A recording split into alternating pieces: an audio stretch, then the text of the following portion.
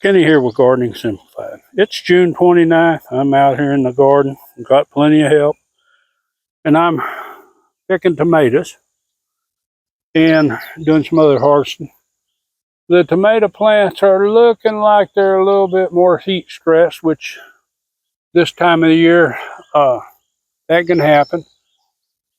But you can see these are still blooming, some more than others. But what I want to talk about right now is, I've said in the past, I pick my tomatoes when they start to blush. And there's a couple reasons for this, but one of them is bugs tend to, the longer they stay on there, the more likely they are to damage them. I try to spray as little as possible, even though I do use organic methods. I just prefer not to spray if I don't have to. And another reason is the tomatoes are a little bit tougher, so they won't end up with as much damage. Now, when you pick a tomato and you pick it like it is, now normally I take the stem off the top of the tomato, and sometimes they're stuck there rather good, but you want to be careful when you're handling that tomato. At this stage, it's a little easier than when they're redder, but if you put too much pressure with your hands on that tomato, you're going to notice spots looks like it's starting to rot at different places. And what that is when you handle them too rough and you squeeze them too hard, you're not gentle, you'll bruise them, and these bruises will develop as they ripen. So that's something to be concerned with. So when you pick these, try to be gentle. When you put them in your basket, try to be gentle. You want to cause as little injury as possible. So I'm going to continue to pick these, and we'll talk a little bit more about them. Then our purple hull peas are starting to change. We picked these yesterday. We got a bushel. First pick's kind of a little slimmer than the others, but we pick every other day, so we'll pick tomorrow. But you can see a lot more changing quick. They're all laid down. They're not standing up real tall anymore. That's kind of what happens once they start expending all that energy to ripen up those peas. But it looks like the next time there's going to be quite a few peas to pick. I'm sure we'll get over a bushel. Our cucumbers here just starting to produce. Some of them don't look too good. I'm going to have to take and spray these. I've seen some little cucumber beetles and stuff on them. That's what I think killed the first ones. The other batch is looking good. They're not producing yet, but they're really doing good. Our watermelons, starting to put on watermelons, but these aren't really big. Now they are taking over. I'll probably move these off the time because they'll want to choke it out, but I'll let them run out as much as they want. The borage, you can see it's blooming good. I need to come out here and deadhead some of these, save some seeds.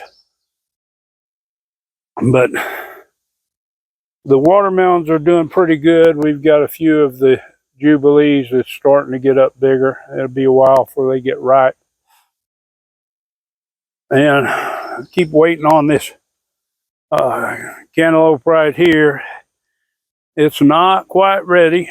Maybe it's getting closer. I like fresh cantaloupe. Now, out here in the greenhouse, of course, we had some pretty good winds the other day, and it blew over it started blowing over our bell peppers and some of the other peppers. We put these piece of rebar. That's a cheap way to do 3/8 rebar. Just jam it in the ground between the basket. It'll keep it from going over once these plants get tall like that. I've got to go get some more out of the shipping container so I can do the rest of them, because they're all going to do that at this point because how tall they are, and we do get pretty good wind sometimes. but they're producing good. Banana peppers are really doing good. Bell peppers are doing good. Our natapinos, they're doing good. They are, some of them are a little bit smaller, but if you hadn't grown natapinos, if you like jalapenos, they're they look just like jalapeno, but there's no heat, so these are excellent in salads. Our habanadas, uh, they're producing up a storm. They're hiding all over in there. You can eat them at any point once they start to kind of get a little bit yellow. The flavor is good. If you really want them sweet, let them start to change an orange, because they'll get orange and then they'll really be sweet. They've got a good fruity flavor. Oh, or broccoli, it's hanging in there, but it ain't happy. I have had to spray this once. You can see the holes off in here. I'm planning to come back and treat these again today. My carrots, I've got a few left, but I did have one of them start to go to seed. So these are just about done. We'll probably probably maybe this week we'll pull them up, have us some cook them up, have some carrots. Or cayenne peppers are doing good. Now we haven't actually even used any. I did plant them because I know that we use cayenne peppers occasionally. Normally we use the powder, so they hadn't been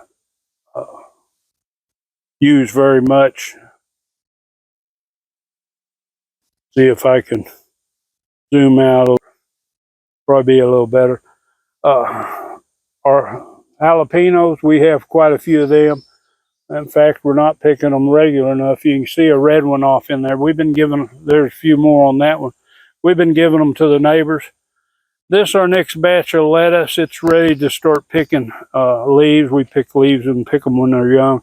It won't last very long because right now we're right at the end of June. So the heat will cause them to bolt, just like this Mitchell Healy. You can see it flowering there. The chickens like that. The chickens like the lettuce when it bolts, so that's not a problem. Now our cucumber plant over there, it's got one cucumber that's been producing maybe one occasionally. It does not look good, hadn't looked good for a long time, but it does occasionally give a cucumber. Our next bok choy right here, and this is what we've been using for our lettuce replacement. This is Hilton cabbage, which it will form a big head, but a lot of times we pick it before it gets there. It makes real good lettuce substitute for our salads. This is our next batch of broccoli, and you can see there are getting to be some weeds here. We'll have to come in here next few days and weed the greenhouse. Cherry tomatoes, we picked the ones outside. You can see we've got a bunch in here.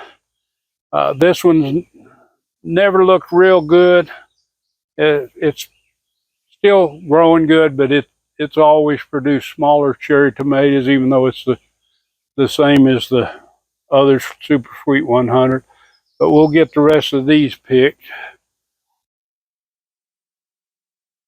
We planted some more sunflowers. Now this particular sunflower just uses or just produces one flower head. It is a good draw for when it gets warmer and those leaf foot bugs get worse, so you can kind of trap them there and vacuum them up. Fruit trees are doing good. All but the one Dorset that I left a few apples on, it's still got one apple on it. I'll probably pull it off now, but I don't know if it's got blight or what happened to it, but it's not looking good. Hopefully it'll go through the year and come back. If not, well, that's what happens.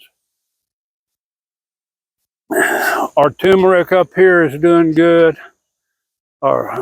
It's enjoying the shade. You can tell the leaves are all nice and green. It's keeping that harsh sun off it. Over here we've got our Roselle hibiscus. This is a variety that's supposed to start blooming earlier, so it won't be long. It'll start blooming and we can start harvesting. It does grow more bushy than the other variety, but it's not as daylight sensitive as the other variety, so it'll go ahead and start producing, and I won't have to worry about if we get an early frost or something to kill it. This was a volunteer basil. I just let it go ahead and seed, and as you can see, it's definitely seed. We let the pollinators have it. Our paprika peppers. Now these are not like a lot of people would grow. A lot of people grow like a bell pepper or something for a sweet paprika. This is actually a regular paprika pepper that's got some heat to it. So I like it better. This year we're planning to smoke it. So she's been picking them, going ahead and taking the seeds out and stuff, and cutting them in half, take the seeds out, and then we'll freeze them. What we're going to do is, once we get a big enough batch, we're going to put them in the smoker and smoke them. The sage, it's died back. It doesn't like the heat. The oregano's flowering. What we're going to do this year is we're going to take all the oregano out. We've got enough to last for a few years. It's not hard to grow it if we've got to put some more up. But we're going to take it out. It's taken over. It's about time where we can do this bed. Same thing with the chives here. We're going to take them out and maybe leave one little spot. But we're going to plant these around our fruit trees. Might do that later in the year. As you can see, this pepper plant here is leaning over. It does have a rod, but it's not very tall. We'll have to come back, put a bigger rod in there, and straighten it back up. Our mullein, it's growing good where it's at. We'll just leave it. We did harvest a few leaves when it was younger, so we have some mullein, but we'll just let this grow so it can go on to the second year. On our tomatoes, we've been picking just under a bushel a day. Our cherry tomatoes, we usually get a pretty good bit. And she's been picking the paprika peppers. As they start turning red, put them on the counter, let them ripen up some more. And she's got a little okra in there. We do have a couple of Israel melons, Israel cantaloupes, but normally they should be a whole lot bigger than this. They've just been small. They are really good flavor. It's a green meat instead of your normal creamy orange. And I would call them more of a honeydew, but these should be good. I got one tomato, looks like maybe a bird come in or something. That's the first one we've seen in a few years, but it was only that one. I don't know what had got it, if it was a bird, if it was a squirrel, but that's where I'm at. This is our next bunch of cucumbers. They're starting to bloom. Won't be long, we'll have cucumbers maybe coming out of our ears. But that's kind of where we're sitting here out in the garden. If yours is if you're down south, it burn up from the heat. You understand that. Mine is really doing good for this time of year, even though we've been up in the mid-90s for a while. It's still producing good. Hope your garden's doing good, and enjoy that gardening experience.